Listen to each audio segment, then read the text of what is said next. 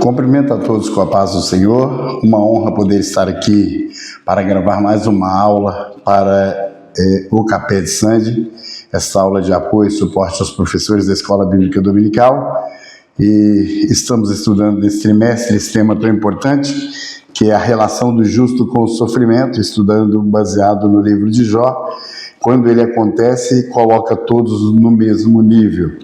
E tratando desse tema, estamos hoje gravando a aula de número 7, falando já dos amigos de Jó, já tendo estudado a lição anterior, a lição de número 6, falando de Elifaz ou Elifaz, um dos amigos de Jó, e aqui está esta lição de número 7, falando do seu segundo amigo, que confronta Jó frente ao seu sofrimento. A lição é de número 7, o texto bíblico base está pautado em Jó, no capítulo 8, versículos 1 ao 4, 18, 1 ao 4, 25, 1 a 6, onde esses três textos, não só esses versículos mencionados, mas todos esses capítulos, o capítulo 8, o capítulo 18 e o capítulo 25, são os discursos de Bildade,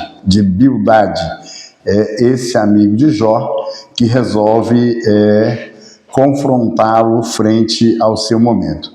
É bom sempre darmos aqui uma repassada na própria história, pautada no livro de Jó, considerando aí tudo o que ocorreu desde o início, desde o momento em que o Senhor resolveu tratar a situação de Jó.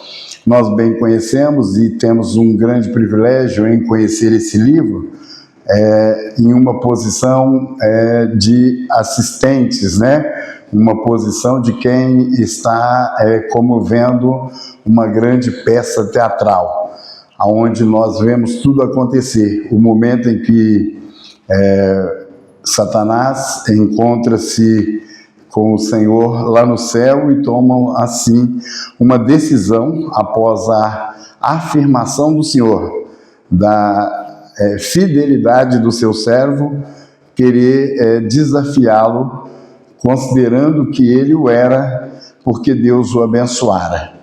E certamente, olhando para esse cenário e assistindo como se estivéssemos contemplando um grande teatro, para nós fica fácil de entender o que acontece na sequência, mas que quem está diante do fato aqui na Terra, não enxergando e não vendo esses momentos, vão ter posições talvez totalmente distantes da realidade.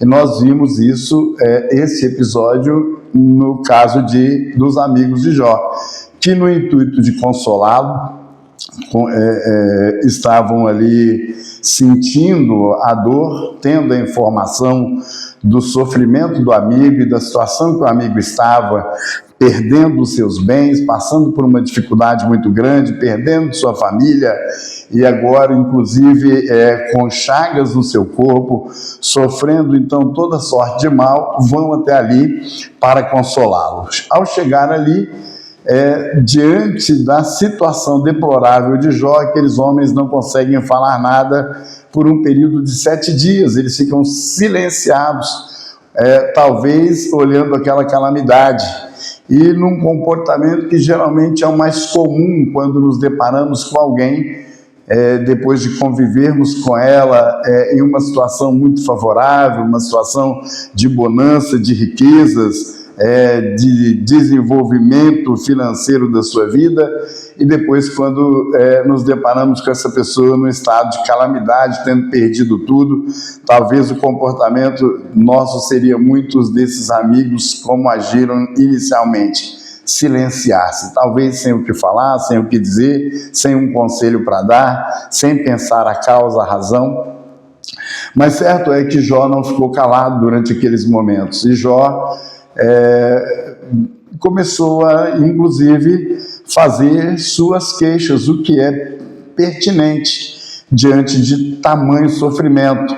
O homem que saiu do estado que saiu, sendo o maior no Oriente, para estar naquele estado deplorável e miserável, era natural que aquele homem fizesse as suas queixas, reclamasse das suas dificuldades, queixasse-se até do próprio Deus. E Jó queixou, sim, até do próprio Deus, à luz do que vemos nos textos do livro de Jó. Acontece que esses amigos resolveram, depois de tanto ouvir Jó falar e fazer sim suas queixas, resolveram abrir a boca. Bildade é um deles.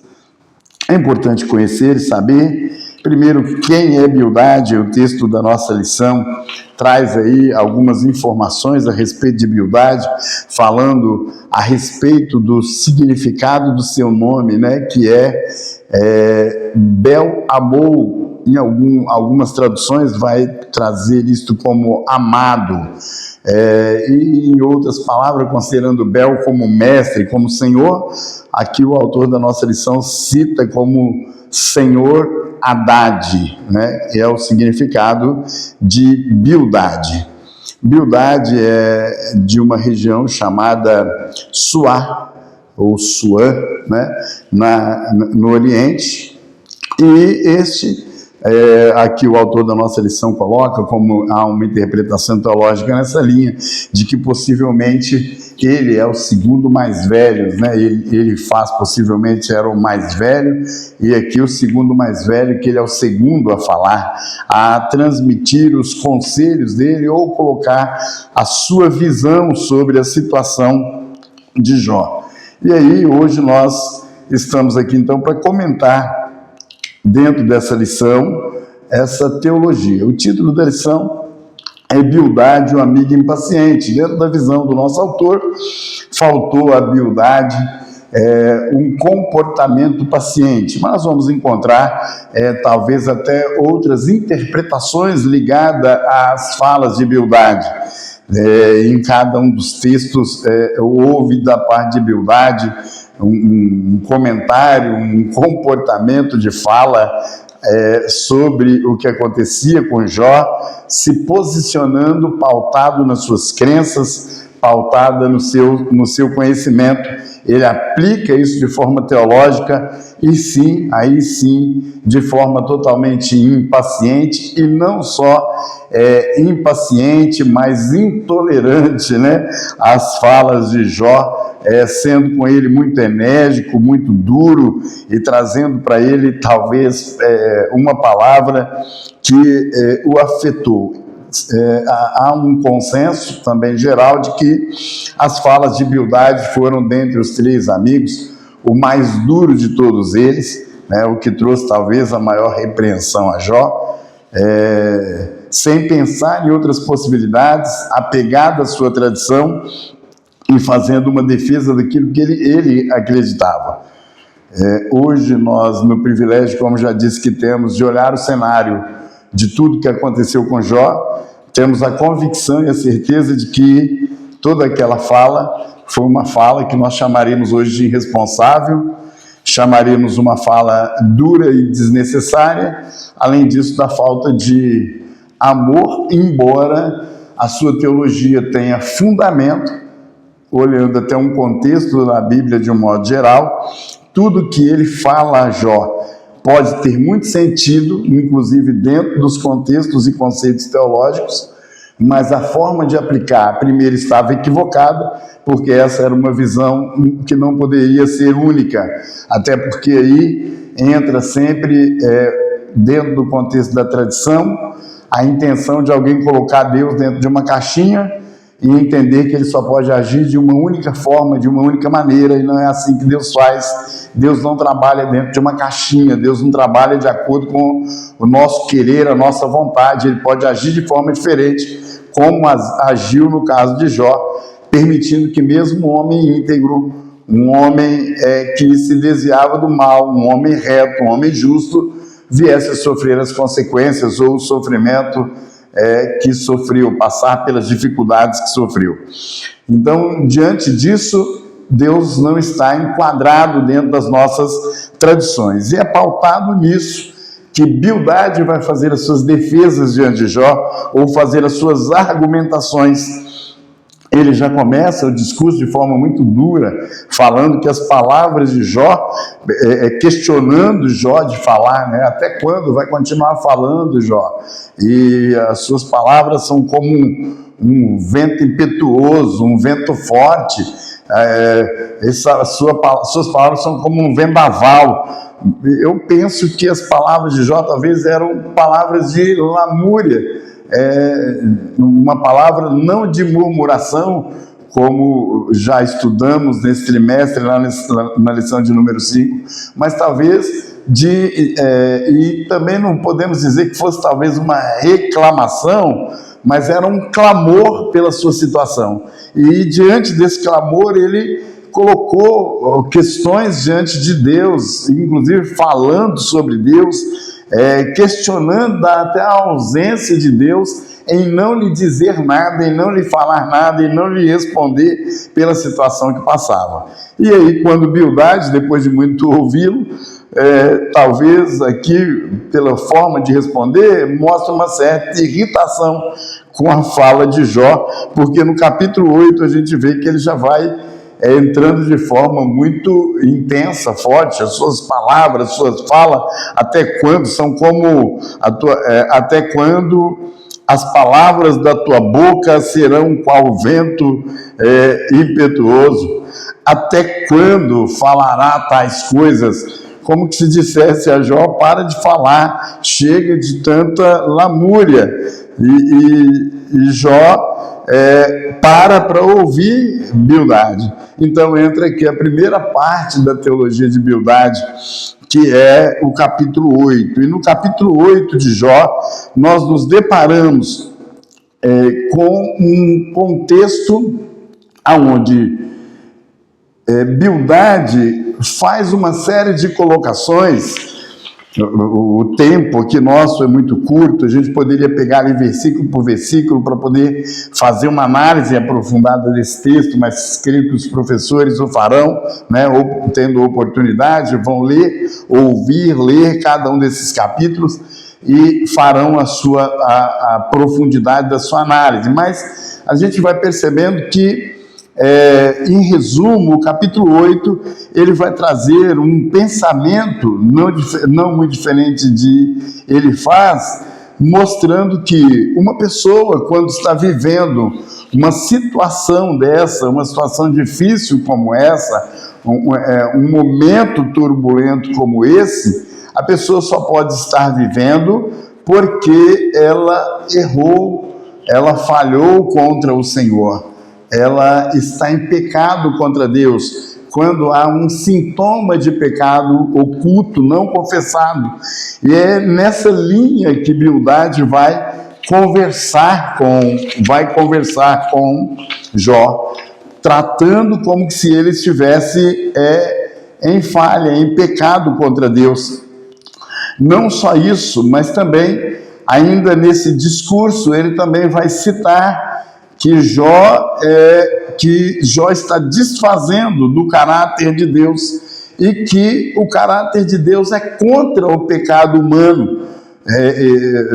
Isso é a fala de Bildade, o que contraria o princípio da graça. Ele está imputando a Jó uma responsabilidade, bem como dizendo que as consequências do pecado praticados nessa vida terão consequências ainda nesta vida, o que também confronta a realidade da graça de Deus, entendendo que, às vezes sim, e isso tem fundamento também teológico, pode ser que Deus venha a agir, dependendo do comportamento do homem ou da prática do pecado cometido, o Senhor possa cobrar-lhe sim, durante a permanência sua ainda nessa terra e nessa vida.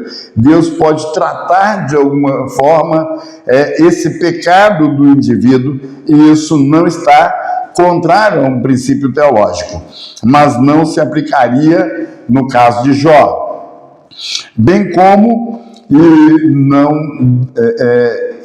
obstante, Bildade ainda chega em um terceiro, nesse mesmo discurso do capítulo 8, chega no absurdo de tratar aqui da transcendência de Deus, colocando Deus como longe da criatura, quando nós conhecemos um Deus que ele é sim um Deus transcendente, mas que também é um Deus imanente. É importante então observar que há três assuntos tratados na teologia de Bildade aqui no capítulo 8.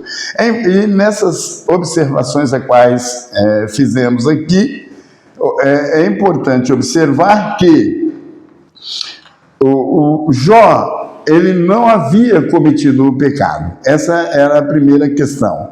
A segunda coisa o que dá a entender na visão de Bildade, e isso aqui é muito preocupante, é que a riqueza ou os bens que o Senhor Deus dá a alguém, quando Deus dá, premia, presenteia alguém nessa vida de alguma forma com riquezas materiais, elas estão atreladas a uma vida de santidade ou de uma pureza extraordinária.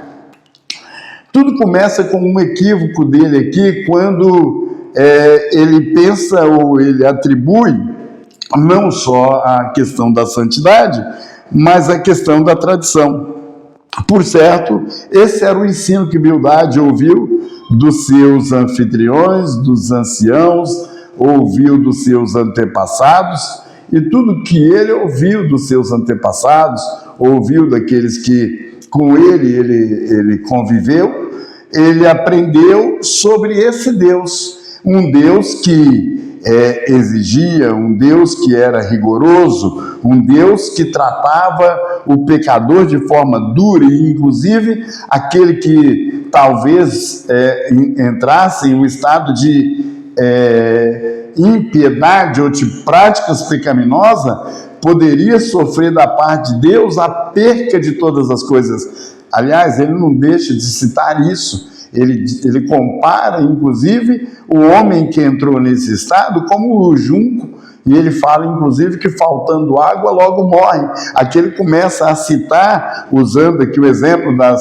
das vegetações citada por ele nesse capítulo 8, mostrando que nós temos uma vida muito imediata, rápida e passageira nessa vida, e, portanto, esse tratamento de Deus com relação àqueles que pecam é duro. É o que ele diz para Jó, afirma isso tudo para Jó, deixando Jó talvez numa situação ainda mais desconsolada, mais sofrida do que já estava. Ele não poupou seu amigo, trazendo-lhe esse peso teológico no capítulo 8. É importante sempre saber que Deus é um Deus, sim, é um Deus justo, é um Deus reto. É importante saber que esse Deus é também um Deus acessível, nós temos acesso ao Senhor, e é importante saber também que em relação ao caráter de Deus, em relação ao pecado do homem, Deus tende muito mais a agir de forma graciosa, perdoando os pecados, dando ao homem oportunidades. Mas não podemos cair na falácia de uma doutrina extremamente perigosa para esses dias e muito praticada, que é a doutrina da prosperidade, entendendo que o sofrimento dos homens estão atrelados ao seu pecado, que a pobreza dos homens estão atreladas ao seu pecado. Pecou e, consequentemente, entrará em estado de pobreza.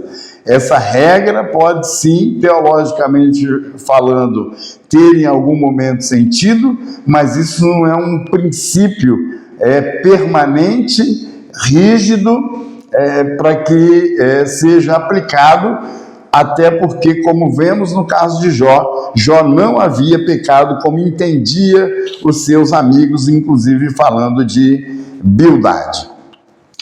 No segundo momento, nós vamos para o capítulo 18, e no capítulo 18, nós vamos encontrar o discurso de Bildade, trazendo luz sobre a questão da moralidade. Agora, ele começa a querer convencer Jó de que todo ato imoral que toda prática que o homem faz, quebrando princípios da palavra de Deus, vão trazer-lhes consequência. Nesse sentido, e olhando à luz do texto, nós vamos ver que a sequência da fala de Bildade tem muito sentido, fundamento e aplicação teológica. Deus trata, sim, o homem conforme a prática dos seus pecados em muitas circunstâncias. Até a forma com que ele descreve, então estamos tratando de um livro poético, onde ele vai descrevendo de forma estruturada, organizada ali, o que vai suceder à vida desse homem, as percas no lar.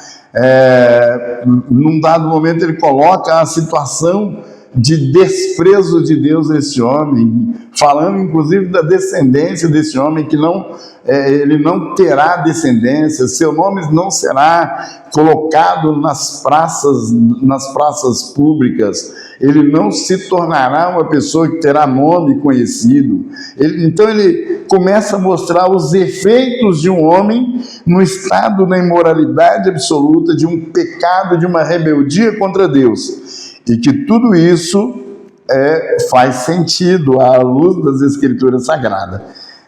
O erro, talvez, de Bildade aqui, não vou usar nem a expressão talvez, mas com certeza o erro de Bildade é fazer a aplicação dessa teologia de uma forma linear, genérica, né? De forma generalizada. Como se todas as vezes Deus tivesse que agir em relação à prática de um pecado do homem, da mesma forma com que agiu com uns. Aqui nós vemos ainda mais forte a defesa da tradição. O perigo da defesa da tradição é o que acontece nos dias de hoje com muitos cristãos que, apossando-se de uma verdade ou de uma santidade aplicada a ele próprio, ou na sua experiência, pautada na sua experiência pessoal, tenta aplicar a todos os demais cristãos um princípio ou uma forma de Deus ter o dever de agir em relação aos demais, no sentido de ser um Deus punitivo, de ser um Deus que precisa, para todo pecado, punir de forma igual, trazer as consequências de forma igual.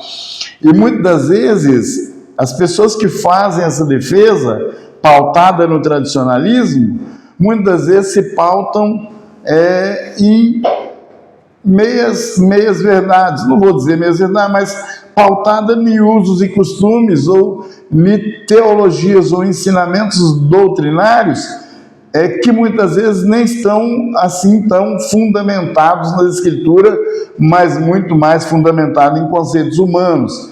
E isso é muito perigoso, porque a minha forma de ter sido criado, ensinado e instruído na tradição do cristianismo não fica válido como um princípio estabelecido por Deus, uma vez que ele não está pautado nas Escrituras, para que Deus seja punitivo àquele que comete um deslize, ou aquele que se cometeu uma falta, ou faltou com a moral, quebrando um princípio do caráter de Deus, e que Deus precisa puni-lo de forma radical, inclusive levando-o à miséria, à pobreza, tirando tudo que ele alcançou, possuiu.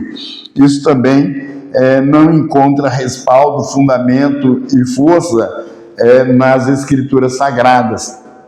Nós vamos ver que Deus tem sua forma de agir em cada caso, em cada circunstância, embora o princípio de Deus será sempre o mesmo, pecado será sempre pecado, Deus é sempre santo na sua excelência. Aliás, Bildade, no seu terceiro discurso, vai falar sobre isso, vai comentar sobre isso. Ele vai começar a mostrar o Deus Todo-Poderoso. Vê-se que ali no terceiro discurso, tem apenas 6 versículos, ele já está sem muita argumentação contra Jó, porque para todas as falas de Bildade, houve uma contra-argumentação de Jó, falando sempre em sua defesa, mostrando que ele não havia cometido qualquer prática de pecado, que ele não havia cometido qualquer equívoco espiritual para sofrer o que estava sofrendo, e que o que ele continuava esperando era uma resposta de Deus.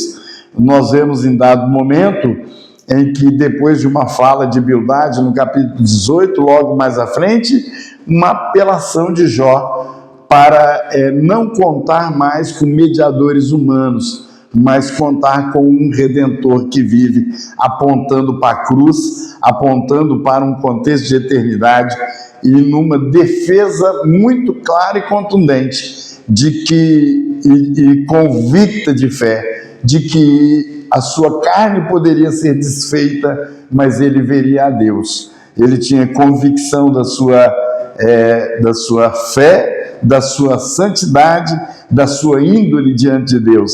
E isso ele declara, afirmando então que ele conta agora com um relacionamento direto com Deus, mostrando que os relacionamentos humanos falham, mas o relacionamento com Deus é infalível.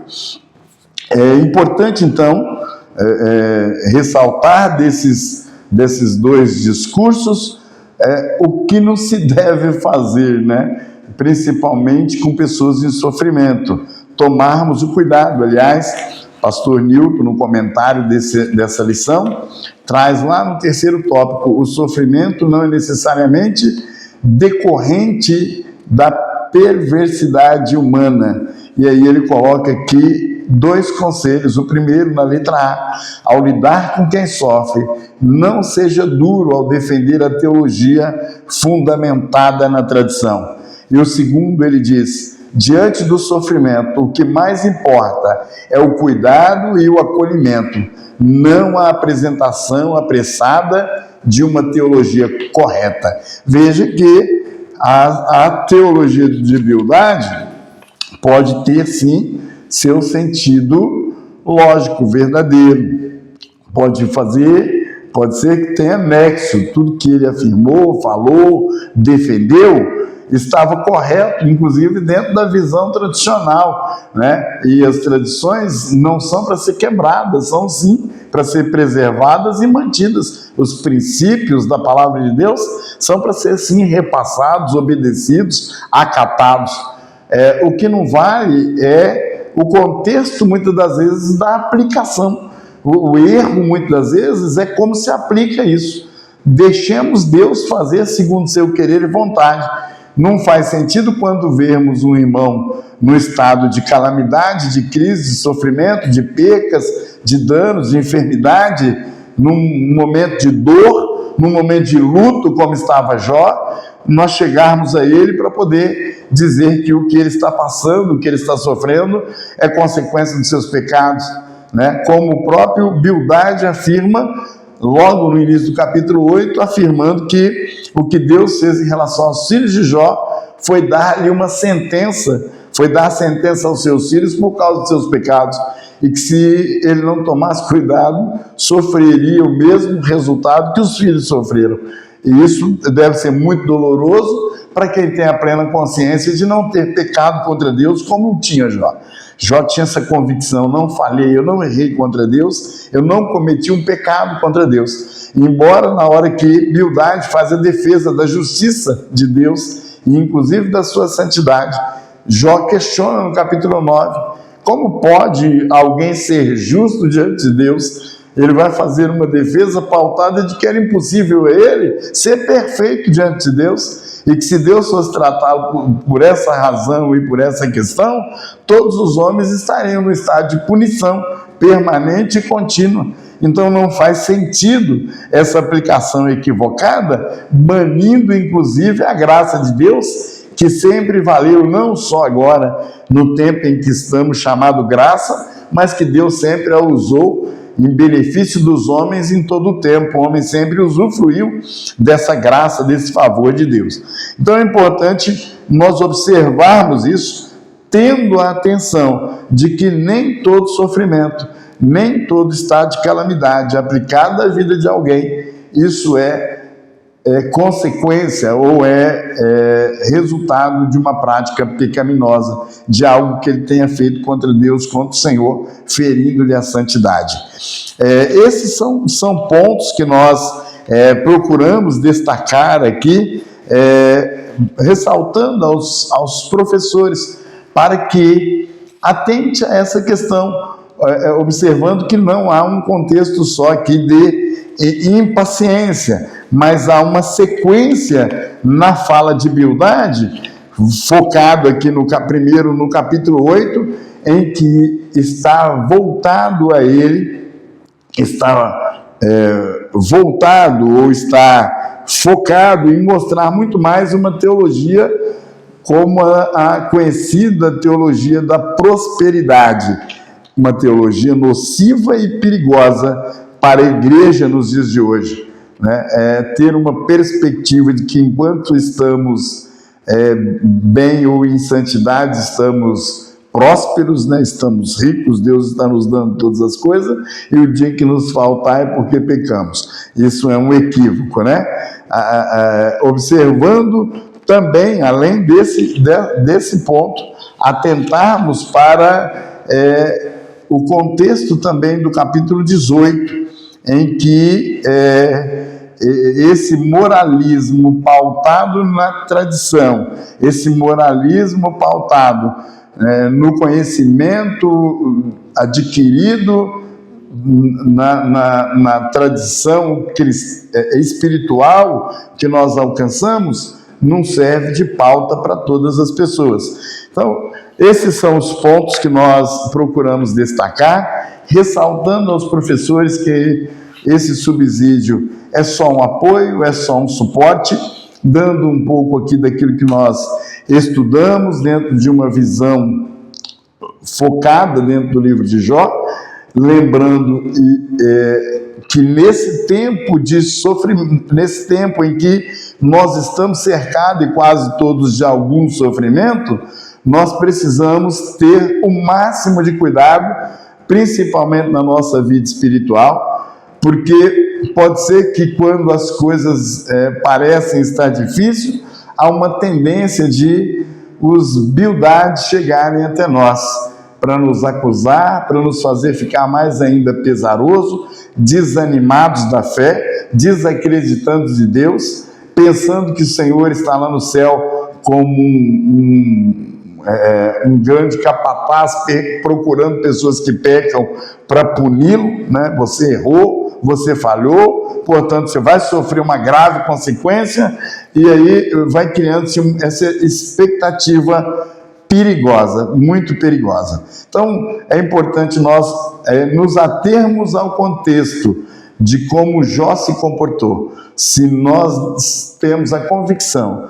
de um relacionamento, de uma convicção de fé, de intimidade com o Senhor, de que nós não fizemos aquilo que ofende a sua santidade, que nós estamos num caminho de servi-lo em obediência, e que ainda que falhamos, estamos prontos a arrepender, pedir perdão e continuar a nossa caminhada nele, pode ter certeza que o Senhor será conosco. Viveremos nele tempo de vitória, e no tempo certo o Senhor responderá, o Senhor entrará com uma intervenção, e o Senhor fará com que sua bênção seja sobre as nossas vidas, como foi na vida de Jó. Amém, meus queridos? Deus abençoe. Um prazer poder transmitir essa videoaula aos irmãos. Deus abençoe em Cristo Jesus. Amém.